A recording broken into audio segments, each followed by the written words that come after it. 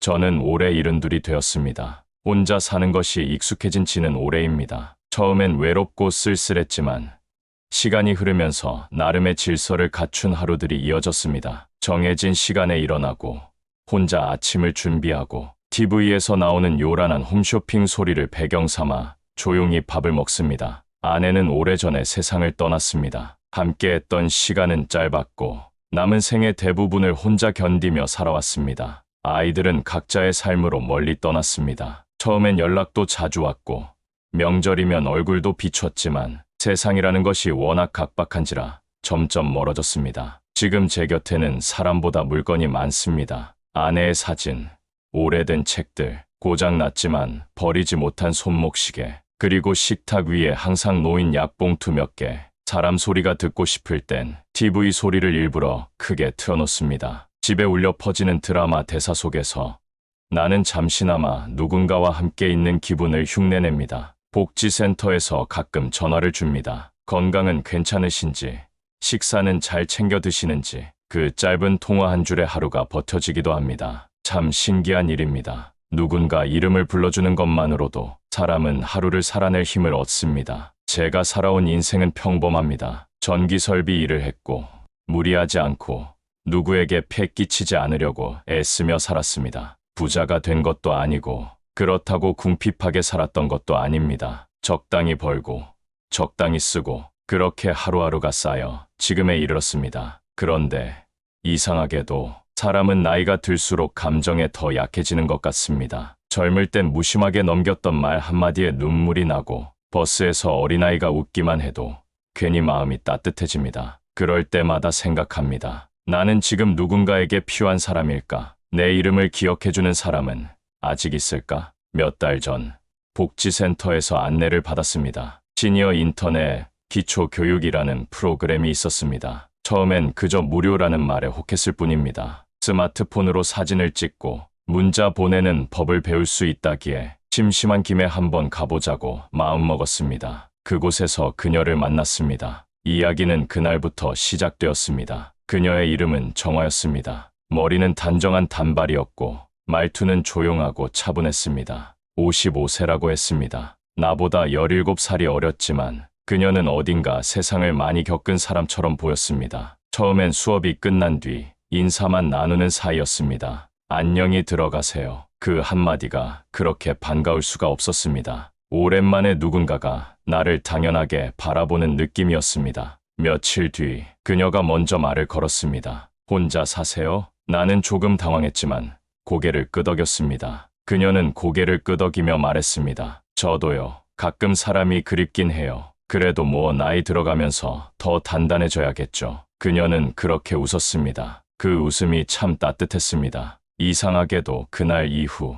그녀가 먼저 떠오르는 날이 많아졌습니다. 수업이 끝나고 커피 한잔 하자며 근처 작은 카페에 가기도 했고 집에 가는 길에 마트에서 같이 장을 본 적도 있습니다. 그녀는 정갈한 반찬을 만들어 저에게 나눠주기도 했습니다. 저는 그 반찬을 먹으며 울었습니다. 다른 사람에게는 그저 무김치와 콩자반일지 몰라도 저에겐 그게 사람의 손맛, 온기, 애정 그 자체였습니다. 누군가 나를 위해 무언가를 준비했다는 사실이 이렇게 눈물나게 고마운 일인지 그날 처음 알았습니다. 시간은 그렇게 흘렀습니다. 사계절이 바뀌고 서로의 안부를 당연히 물어보는 사이가 되었습니다. 그녀는 저를 선생님이라 불렀습니다. 저는 그녀를 정화 씨라고 불렀습니다. 정화 씨는 제게 자주 말했습니다. 요즘 하루 중 제일 좋은 시간이 선생님 뵙는 시간이에요. 저는 농담처럼 말했습니다. 그렇게 말하면 나 설레. 그녀는 웃었습니다. 진짜인데요? 그리고 어느 날 그녀가 제게 조심스럽게 물었습니다. 혹시 같이 살아볼 생각은 없으세요? 저는 잠시 말을 잃었습니다. 그녀는 이어 말했습니다. 결혼까지는 아니더라도 서로 곁에 있는 거요. 서로 챙겨주고 의지하면서 지낼 수 있다면 그게 진짜 복 아닐까요? 그 말은 제 가슴 깊은 곳에서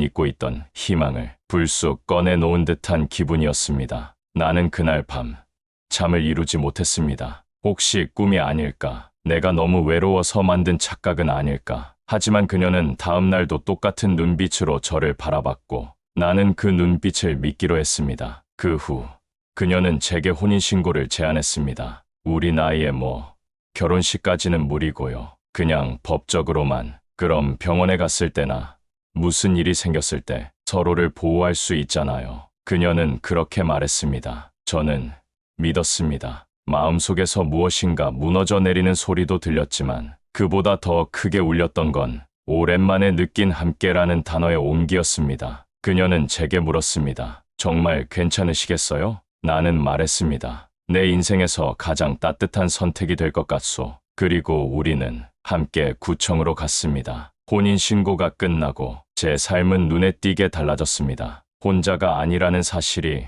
이토록 사람을 바꾸는 일이었는지 몰랐습니다. 어디를 가도 마음이 놓이고 잠들기 전 누군가의 안부를 걱정하는 일이 이렇게 따뜻한 것인지 처음 알았습니다. 정화 씨는 혼인신고 직후부터 좀 더 적극적으로 제 일상에 다가오기 시작했습니다. 제 통장 정리를 도와주겠다고 했고 휴대폰에 금융 앱도 깔아주며 요즘은 이런 거 꼭 할 줄 알아야 해요라고 말했습니다. 제가 모르는 사이에 비밀번호와 공인인증서도 확인해 갔습니다. 그 당시 저는 그녀를 가족이라 여겼기에 조금도 의심하지 않았습니다. 그녀는 저를 위해 인터넷 뱅킹도 만들어 주었고 카카오톡에서 이모티콘 보내는 법까지 알려주었습니다. 그녀는 저를 더 넓은 세상으로 이끌어주는 사람처럼 보였습니다. 그리고 저는 그녀가 다시 내 삶을 살아있게 만들어준 사람이라 믿었습니다. 그 믿음은 너무도 견고했고 그래서 너무도 무너지는 소리 또한 컸습니다. 이상한 낌새는 결혼 11일째 되던 날 느껴졌습니다. 아침에 전화를 걸었는데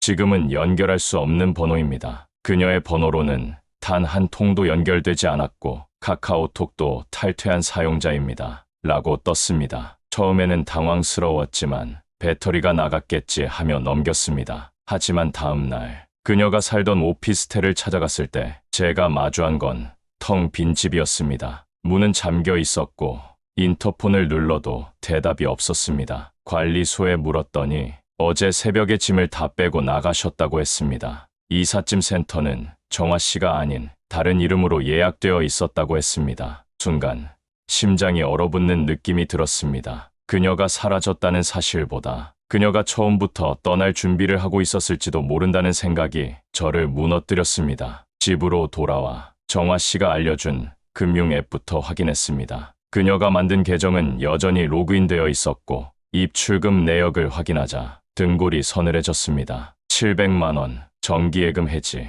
500만 원, 보험 해약 환급금, 540만 원, 신용대출, 비대면 승인 완료. 그녀는 제 이름으로 대출까지 받아가고 있었습니다. 이것이 꿈이라면 부디 깼으면 좋겠다고 생각했습니다. 하지만 매서운 현실은 너무 또렷하게 제 눈앞에 있었습니다. 그 길로 경찰서를 찾아갔습니다. 사건을 접수하는 담당 경찰관은 조심스럽지만 단호한 말투로 물었습니다. 정화 씨라는 분, 혹시 다른 이름으로 활동한 적 있는지 알고 계신가요? 그 질문을 들은 순간 제 다리가 후들거리기 시작했습니다. 경찰은 제게 프린트된 문서 몇 장을 보여주었습니다. 거기엔 정화라는 이름 포함 5개의 다른 이름이 나열되어 있었습니다. 그리고 노인 대상 결혼 사기 및 금융범죄 라는 항목 옆에는 처벌 이력 2회, 기소유예 1회, 현재 수사 중인 사건 1건 이라고 적혀 있었습니다. 그녀는 이미 전국을 돌며 노인 남성을 대상으로 한 결혼 사기를 반복한 범죄자였습니다. 저는 그저 그 목록 중 가장 최근의 피해자였습니다. 경찰 조사 후 혼인신고, 무효 소송을 접수하고 금융사기에 대한 민사 절차를 시작해야 했습니다. 은행에선 고객님의 인증으로 대출이 이루어졌기 때문에 책임이 있습니다라고 했고 보험사에서도 이미 고객님 명의로 해지 신청이 들어와 환급이 완료됐습니다라며 도움을 줄 수 없다는 말만 되풀이했습니다. 저는 그녀에게 속았고 세상에게도 버려졌습니다. 경찰은 말했습니다. 이 사건이 처음이 아닙니다. 한 번 타겟이 되면 다음 타겟도 비슷한 성향을 가진 분들입니다. 제가 그 성향이라는 말에 소름이 돋았습니다. 외로워 보이고 혼자 살고 있으며 인터넷과 금융에 익숙하지 않고 자신의 이름을 불러주는 누군가에게 쉽게 마음을 여는 사람, 그게 곧 저였습니다. 그녀에게 받은 선물은 하나도 남아있지 않았습니다. 카페에서 함께 찍은 사진도, 손편지도, 반찬통도 모두 사라졌습니다. 하지만 그녀가 제게 남긴 건 은행의 독촉 전화와 불어난 이자, 그리고 믿었던 사람에게 철저히 속았다는 상처였습니다. 어느 날 우편함을 열었을 때 압류예고 통지서라는 단어가 눈에 들어왔습니다. 그 순간 저는 처음으로 무릎을 꿇고 주저앉았습니다. 그동안 견뎌왔던 쓸쓸함보다 내가 바보였다는 자책감이 더 무겁게 깊게 저를 짓눌렀습니다. 그 후 복지센터 담당자에게 이 사실을 조심스럽게 털어놓았습니다. 그녀는 울먹이며 말했습니다. 할아버지, 혼자 겪지 마세요. 이런 피해자분들 요즘 정말 많아요. 그날 이후 저는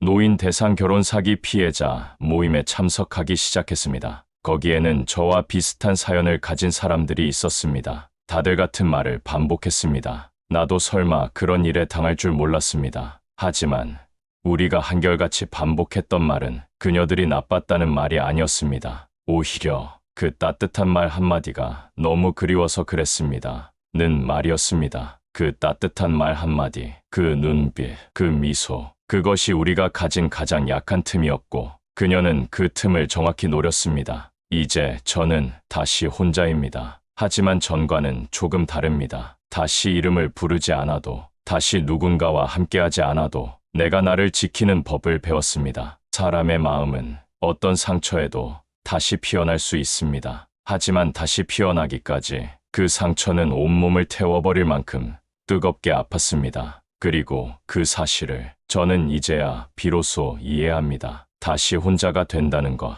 그것이 어떤 의미인지 저는 이 나이에 다시 배웠습니다. 사람과 사람 사이에 생긴 온기라는 것은 한 번 느끼고 나면 쉽게 잊히지 않습니다. 그 온기에 길들여진 저는 다시 차가운 방으로 돌아와 밤마다 불 꺼진 거실을 바라보았습니다. 그녀의 흔적은 모두 사라졌습니다. 그런데도 저는 자꾸만 그녀가 남기고 간 컵자국, 제가 앉았던 의자 맞은편에 놓였던 의자의 방향, 그녀가 마지막으로 건넨 미소를 떠올리곤 했습니다. 그 미소조차 가짜였을까? 그 물음은 아직도 저를 혼란스럽게 만듭니다. 며칠 전 복지센터에서 상담을 받고 나오던 길에 길가에 핀 개나리를 보았습니다. 봄이 오는 줄도 몰랐습니다. 생각해보면 그녀를 처음 만났던 것도 봄이었습니다. 사람이라는 건 참 신기합니다. 가장 아팠던 계절에서조차 가장 따뜻했던 기억을 함께 꺼내게 되니 말입니다. 결혼 사기를 당했다는 사실을 저는 아직 제 아이들에게 말하지 못했습니다. 말할 수가 없습니다. 그들이 저를 걱정하고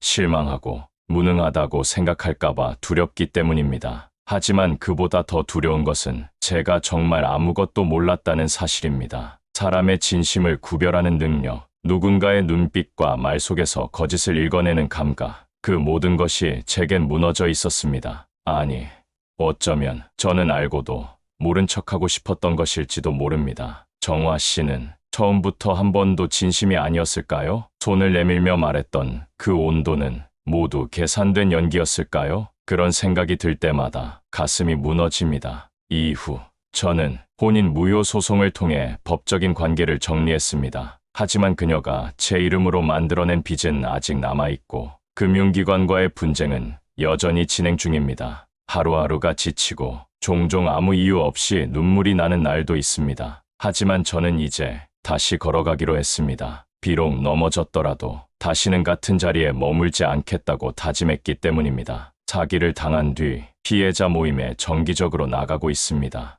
거기서 만난 어르신들 중에는 저보다 더 큰 금액을 잃은 분도 계셨고 가족에게도 버림받은 채 살아가는 분도 계셨습니다. 그중 한 분이 제게 말했습니다. 이런 일을 겪고 나면 두 가지를 잃습니다. 하나는 돈이고 다른 하나는 자존심입니다. 그런데 두 번째는 다시 찾아올 수 있어요. 그 말이 참 오래도록 남았습니다. 그래서 저는 요즘 하루에 한 번은 꼭 밖으로 나갑니다. 동네 공원 벤치에 앉아 햇볕을 쬐고 지나가는 사람들의 표정을 바라보며 마음을 다잡습니다. 결혼이라는 말, 이 나이가 되도록 다시 듣게 될 줄 몰랐습니다. 그토록 설레고 조심스럽고 그리고 결국엔 이렇게 아플 줄은 더더욱 몰랐습니다. 하지만 이제 저는 압니다. 사랑이라는 것은 항상 젊은 사람들의 전유물이 아니라는 것을, 사랑을 꿈꾸는 일조차 누군가에게는 죄처럼 느껴질 수 있다는 것, 그리고 그 틈을 노리는 사람도 분명 존재한다는 것을.